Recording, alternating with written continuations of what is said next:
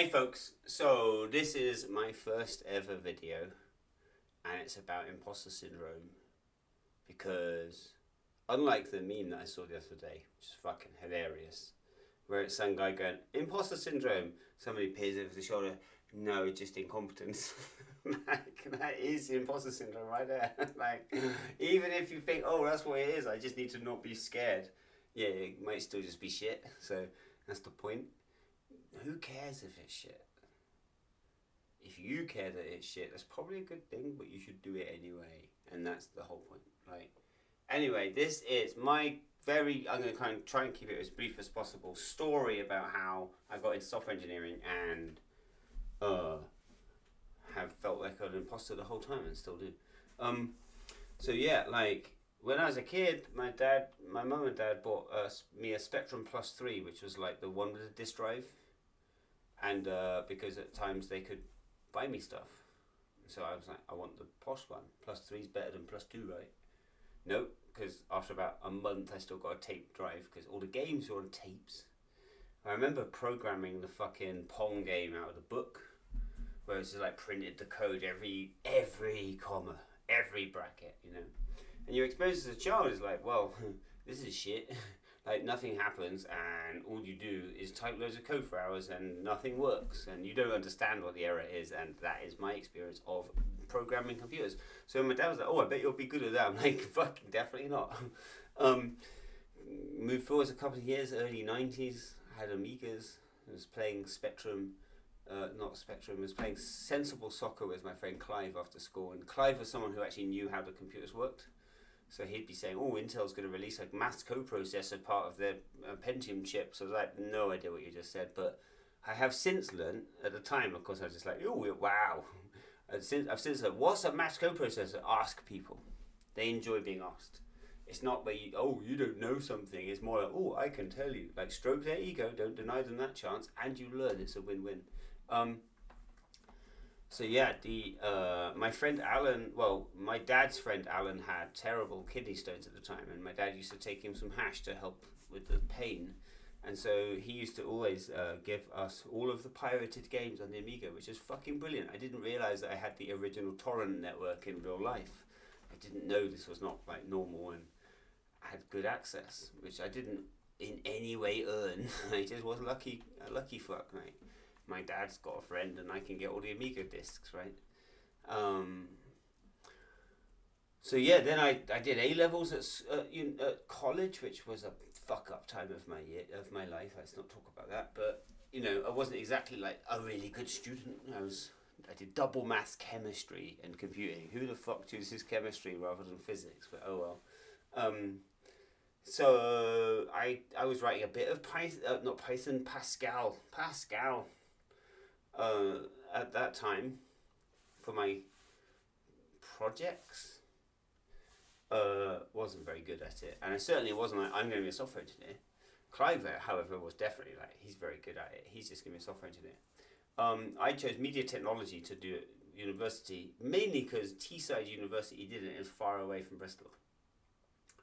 Not because I was like, this is what I want to do. And the course was a eclectic mix of all sorts of different things. It was TV, radio, signals, electronics, multimedia, internet authoring, and in the second year we put some images on a web page, and I got an A, and so I could officially say I am an A student in internet authoring, which is definitely the spin department of my brain kicking in, and it's because my girlfriend at the time then got a job in Manhattan, of all places, because she was a couple of years older than me, and her parents' friends had a connect, and they basically placed database administrators with banks on Manhattan. That was how they ran their business, and she therefore was a help desk person, I think for Chase in Manhattan. So she would answer the phone and, oh, I can connect you with the person, or I can basically help you. So she was there for a whole year. It was amazing. Like she went to work in Manhattan, and I went to see her. Her dad bought me a ticket. It was very kind of him for Easter. Would have been 1998, and I went out on Easter, and then met the guy she was working for, and of course they were like, "Oh, Kai, so what do you do?" I'm like, "Well, I do computer stuff." "Oh, like internet?" "Oh, I suppose, yeah, I got an A at internet authoring." Their eyes lit up.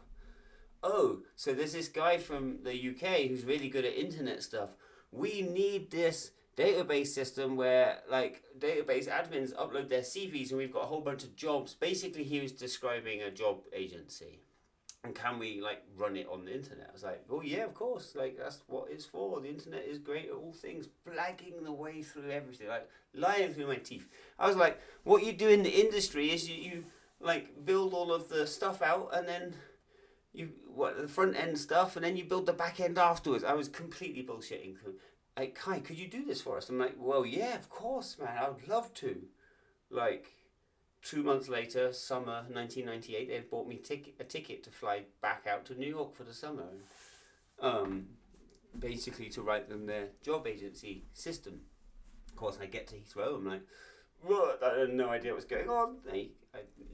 I'm a very naive working class boy at this stage with no clue how the world works. I get to the Air India desk and they're like, "I'm terribly sorry, sir, but you can't get on this plane without a return ticket." I'm like, "Oh, well, I didn't book this ticket. Asif in New York booked the ticket." So I spent £25 in cash on the payphones. Like, "Asif, dude, they won't let me get on the plane, man. We have to get a return flight as well." And he's like, "Okay, sorry, I fucked up. Like, let me get in touch with my travel agent." And hours go by to finally get on the plane. As in, I had a dedicated guy at Air India desk. I think they took a shine to me. They were like, "Oh, this guy's he really needs to get on this plane." Landed in New York, and yeah, that summer was mad. Like, I worked in Dunkin' Donuts.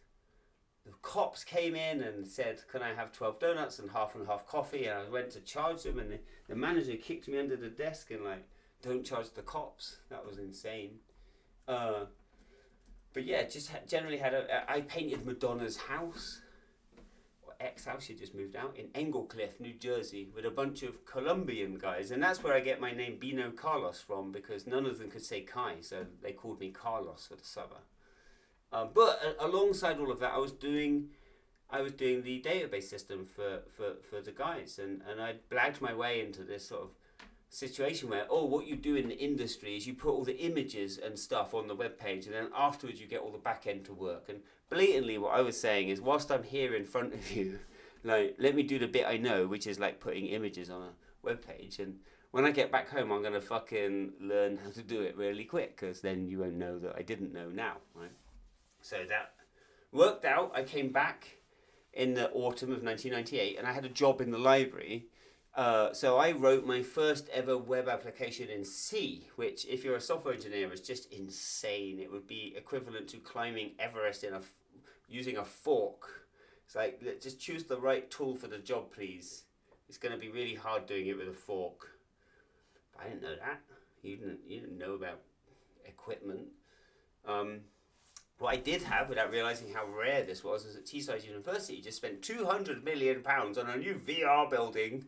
It was opened by Peter Mandelson himself, and of course in the third year now, this was going into the autumn of 98 and the spring of 99, I was like the hot shit in the course, so they wheeled me out to shake Peter Mandelson's hand. I didn't know who this was, but now, of course, I know that he was the Trade and Industry Secretary under the Blair government, but he could public talk, my lord. I was like, whoa, this guy can talk. Anyway, the point of the VR Centre is that they had a room full of silicon graphics machines that nobody touched because nobody knew what they were. But I learned fairly sharpish that is how you can compile C code and upload it using FTP to a CGI bin on a server somewhere in the universe. I had no idea how any of this worked, man, but it did work somehow. Trial and error, hours after hours of just nothing doing what it should. Of course, this is 1998, so there was no internet really. No, actually, that's a lie. Let me say it another way. In 1998, at least half the content was how to build software on the internet, actually. There wasn't much, but there wasn't much of anything. And so, but by far the majority of actual content was technical content on how to make more of this stuff happen. So that was a saving grace. Anyway, the real point I'm making is I blagged my way into this room, consciously not knowing what I did, and having no clue if I was about to get found out at any moment, and then proceeded to have, I think, what you could call, when was this, 1999 through till 2015, so yeah, 15 years worth of basically just like do the best I can to get by. And you know, we sold a business to Times Educational Supplement, like as in I was clearly useful, but the whole time, man, I'm just like making it up as I go along. I didn't go to computer science school or learn how you do stuff officially, but at the same time, having worked with lots of people that did now, I can see the difference, which is that as long as it all goes smoothly, everyone has the correct algorithm. But the moment it all goes a bit sideways, you need a little bit of a being comfortable in the chaos, but you don't quite know what's about to happen approach to software engineer. I don't know. Don't challenge me on, name me a time where that actually happened. I'm like, at the same time, learning something the hard way, the long way around, getting it wrong consistently until finally it works, gives you a certain trust and real connection with how it works underneath the hood. So maybe that's the moral of this whole story, is imposter syndrome leads to really good experts. And fuck, did I just call myself that? I don't know.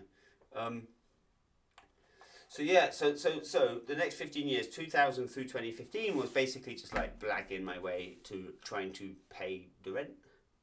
Be a good way to say it. And then I started to work for a Silicon Valley funded startup in the kind of big leagues of like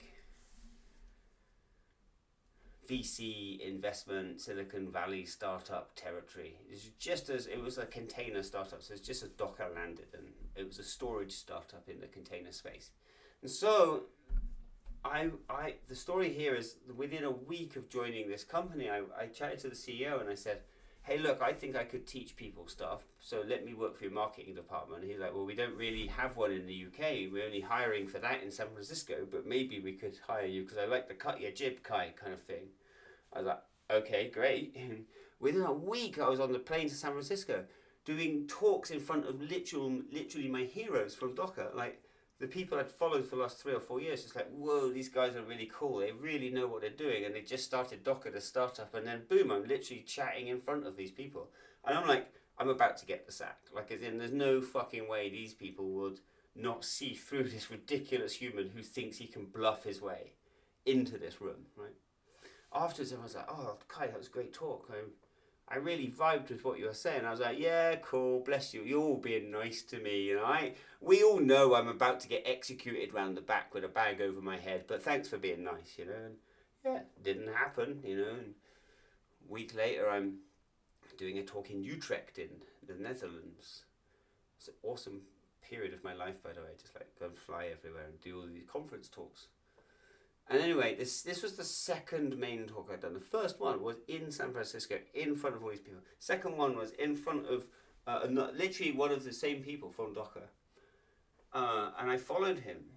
So it's, hey, this is da-da-da. And everyone's like, yeah, what a great talk. He's such a clever guy. Whoa, right, now there's this dickhead. Oh, God. Before I'd even stepped on the stage, I was defeated in my head, you know. But at the same time, you don't want to die in knowing death.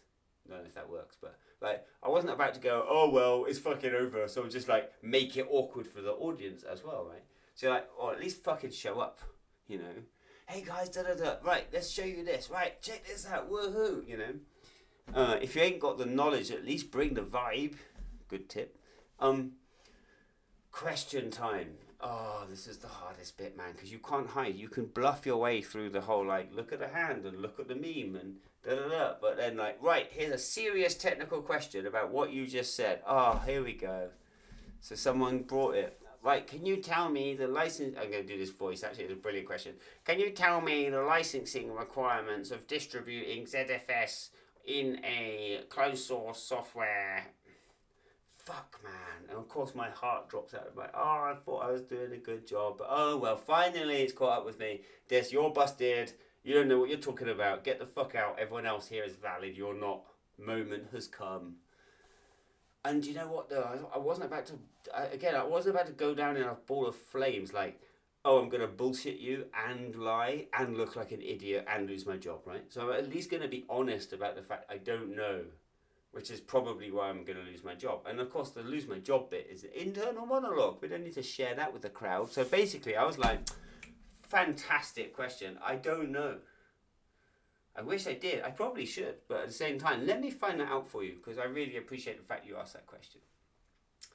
Right, next question then. Conveniently, let's move on. Right? Next question. Boom. Gentleman in the blue shirt right there. He goes, actually, I know the answer to that last question. I'm like, and check this out, guys. Collaboratively, through the sheer willpower of a team, we've all arrived at the answer together. Please, sir, the microphone and the floor is yours. It's nailed the answer, like brilliantly, technically adept, simple, added a joke in there for flavour answer. And the audience was like, just at the end of their chuckle, the microphone, well, let me just say, like, what a brilliant question, but what a brilliant answer. Guys, can we just have an applause for us right now? And the crowd goes wild. And my days did I learn a thing. I was like, okay, maybe it's not about being like the fucking smartest dickhead in the room. Nobody actually likes those dickheads, it turns out. It's just bring the vibe, man. Just be happy. Just be like curious. That's the one. Or enthusiastic. Or even if you're neither of those things, at least polite. That's it. And everything works well. And you include people in the process. And we all rise the tide for all boats kind of vibe. And that was a big lesson for me. Didn't solve my imposter syndrome. That wasn't ever solved because it doesn't work that way. But about 3 or 4 months later in Budapest, a very, very good engineer worked for Google, very, very well regarded in our startup as like the guy that knows their shit. And he took me to one side in Budapest hotel. He said, Kai, like, I can see you've got like doubts about your own knowledge and stuff, you know? And yeah, like I did. Because it really hit like it is now. Like, yeah, I don't know how to do anything about that. And he said, don't worry about that. Everyone has that. That's called giving a shit. And I'm like, oh. And so if this person's going to tell me, like, don't worry, just get, like, that's called the human condition. That's not, get good enough, cross the threshold, and now you're valid. That is not how it works. And anyone that thinks I've crossed the threshold and therefore I can let go of the fear, uncertainty, and doubt over if I have value or not is, don't do that, man. That's called arrogance. And you'll lose this. You'll lose whatever it was that was working for you. I think that, what if I fuck it up? What if I don't do a good job? What if people think I'm an idiot? Is not a bad force. It's called stress. It's called the right amount of pressure to yield value. But don't let it own you at the same time. It's like fear, you know? Don't put your hand in the fire. Why do you know not to do that? Because of pain? At the same time, it's very pretty if you look at it. Don't be like cowering in the corner. Oh my God, I can't appreciate hot food. At the same time, don't burn to death because you're writhing around in the midst of the fucking cauldron.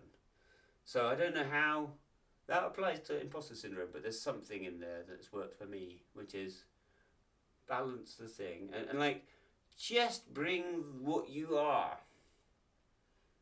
That's the one. And so yeah, it's ironic because this whole thing is about, okay, I'll fucking talk to the camera then.